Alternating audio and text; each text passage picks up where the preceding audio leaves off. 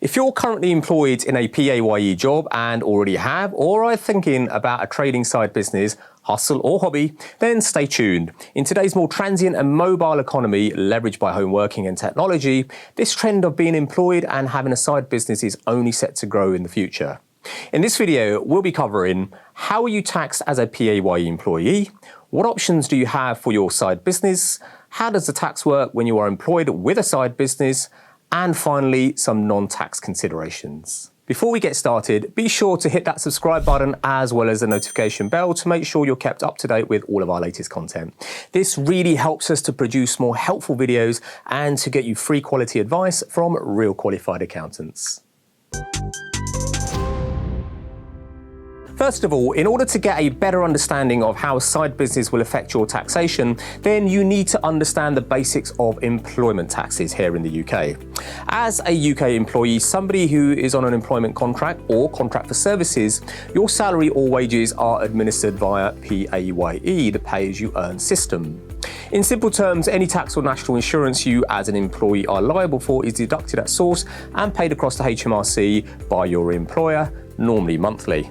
The tax you are subject to as a PAYE employee is income tax here in the UK under the Income Tax Act of 2003. Quite often you will receive a payslip that shows your net salary, the amount you are paid directly into your personal bank account. The payslip will also highlight what and how much income tax and what is known as Class 1 national insurance has been deducted amongst possible other things. In the current tax year, the three main rates of income tax are as follows.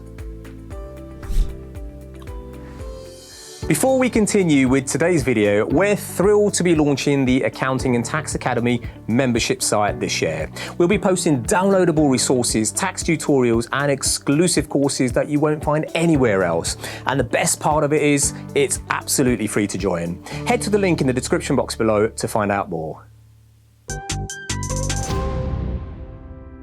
The two main operating options you will have for your trading side business is operating as a self-employed sole trader or as a separate legal entity limited company. There are other structures such as partnerships and limited liability partnerships, but we're going to focus on the two most common ones.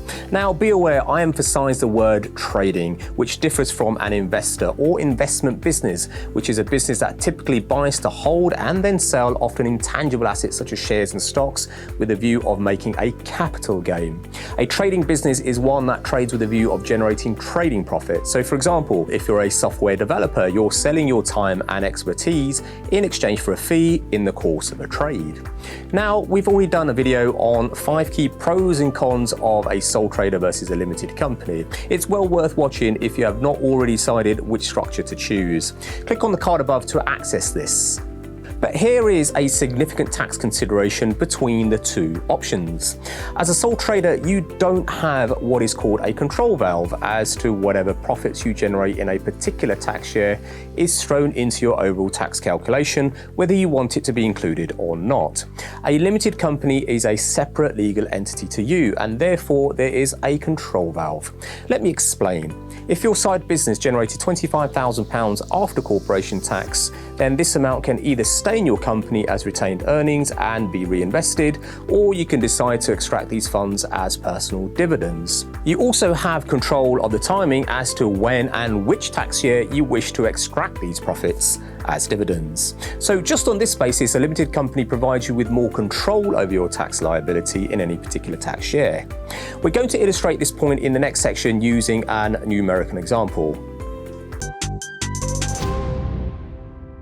Let's visualize the principle with a simplified example. John is employed full-time on PAYE and earns £50,000 per year, gross before taxes. He has a side business which he runs through a limited company and has managed to generate £25,000 in profits after having the limited company already accounted for and paid corporation tax at 19%. John is a 100% shareholder of his limited company and the sole director.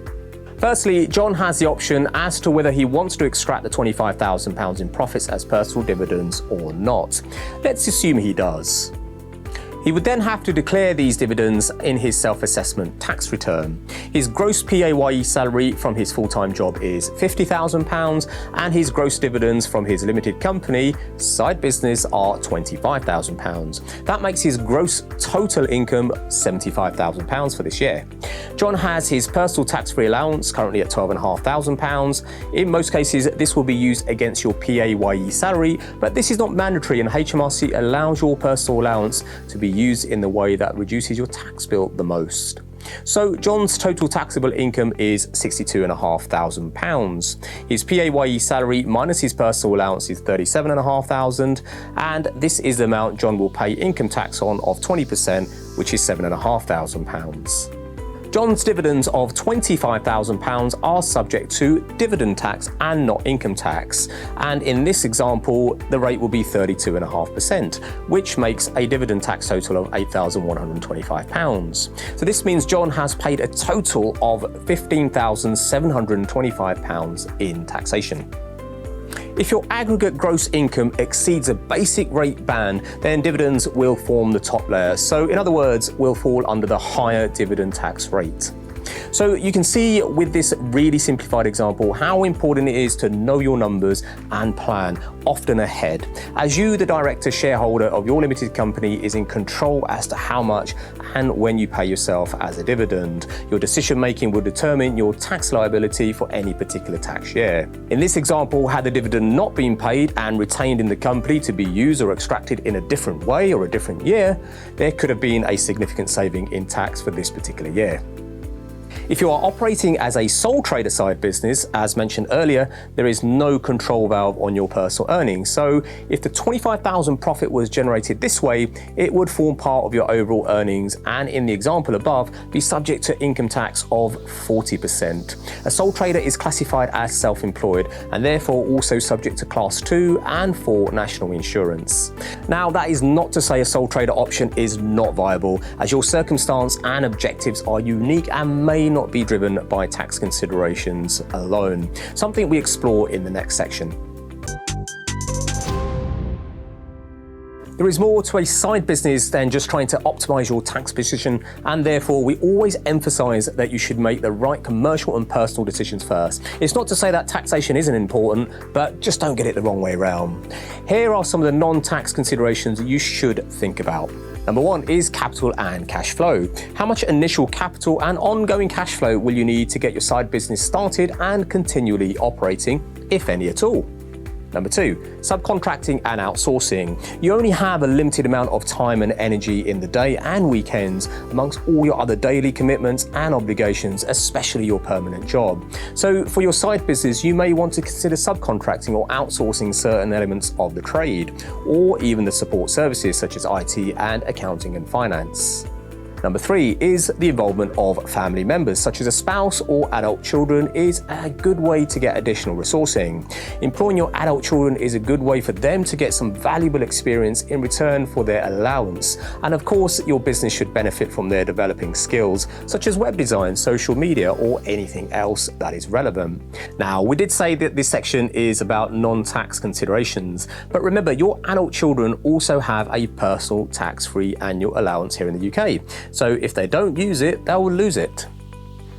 Number four, transitioning from permanent employment to a full-on business. Your side business may eventually become your main earner due to your passion for it, and you could look to phase out of employment work. And lastly, and quite importantly, if you are in permanent employment, always check your employment contract. It may restrict you from operating any or certain types of side businesses, no matter how small. This could be for a number of reasons, but what you don't want is your employees finding out and your position to be compromised in any way. I hope this video has helped you gain a basic understanding of how a side business is treated for tax purposes here in the UK and taking you one step closer to knowing your numbers. As always, let us know in the comments your thoughts on today's video, or if there are any topics you'd like to see us cover in the future. Finally, be sure to like and subscribe, as this really does help us to get our content out there. This is Tony D'Angelo for the Accounting and Tax Academy. Thanks for tuning in.